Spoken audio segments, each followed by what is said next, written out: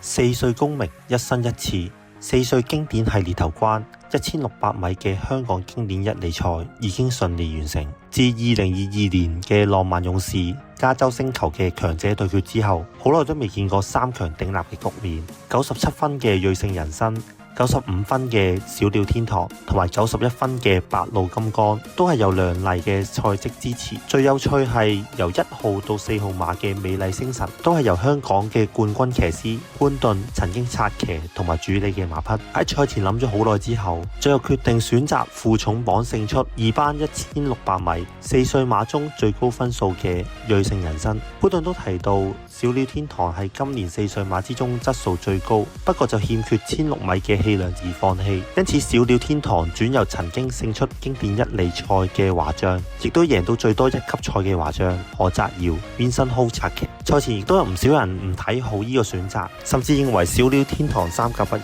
因為華將喺唔少嘅馬迷眼中都係騎術一般難當大任嘅代表。自從金槍60退役之後，何澤堯嘅騎師生涯亦都一度不幸。上季曾經多次因意外而導致腦震盪之後，一度傳聞係退役掛靴。慶幸經過7個月嘅康復治療之後，今季開鑼日復出，並且取得好成績，並且幸運咁樣喺大賽之前得到一匹優質嘅機會馬。直到目前為止，何澤堯以22個冠軍排喺騎師榜嘅第3位。佢嘅幸運唔單止係別人嘅棄騎同埋喺失死嘅直路上揾到位置，更加係佢自己嘅努力、自信嘅策騎而爭取到嘅勝利果實。邊嘅馬小鳥天堂啦，外邊有翠紅啦，要攞出去嘅馬呢，仲有風象啦，尾三藍眼罩有標誌宇宙啊，白鹿金剛肯定係大外檔見噶啦，內欄咁啊響後邊入直路呢，仲有隻線路滿貫噶。好啦，轉正彎入直路啦，前面智勝神區佔先啊，美麗星辰第一隻上嚟挑戰啊，再見中檔位置追有天星偷入邊上起專龍啊，中外檔追嘅馬仲有瑞盛人生大外檔白鹿金剛啊，最後200米到啦，美麗星辰透出啊，埋邊追有起專龍啊，出邊追仲有小鳥天堂，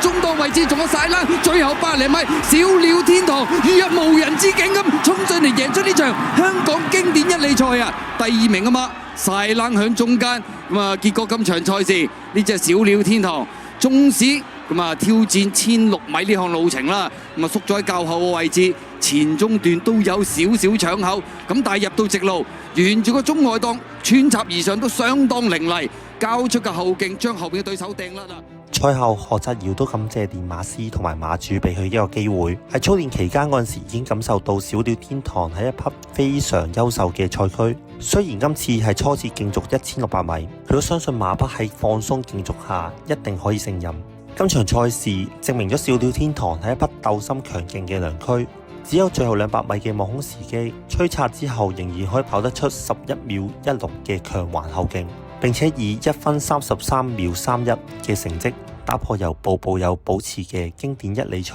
最快紀錄。騎練都相信佢係可以應付到1800米甚至2000米嘅打比大賽。唔知道何澤堯取得勝利之後，撫摸賽駒嗰陣時係咪懷念而且感受到老拍檔金槍60嘅後勁呢？最後大家認為小鳥天堂能否成為4歲3冠王？歡迎大家留言討論，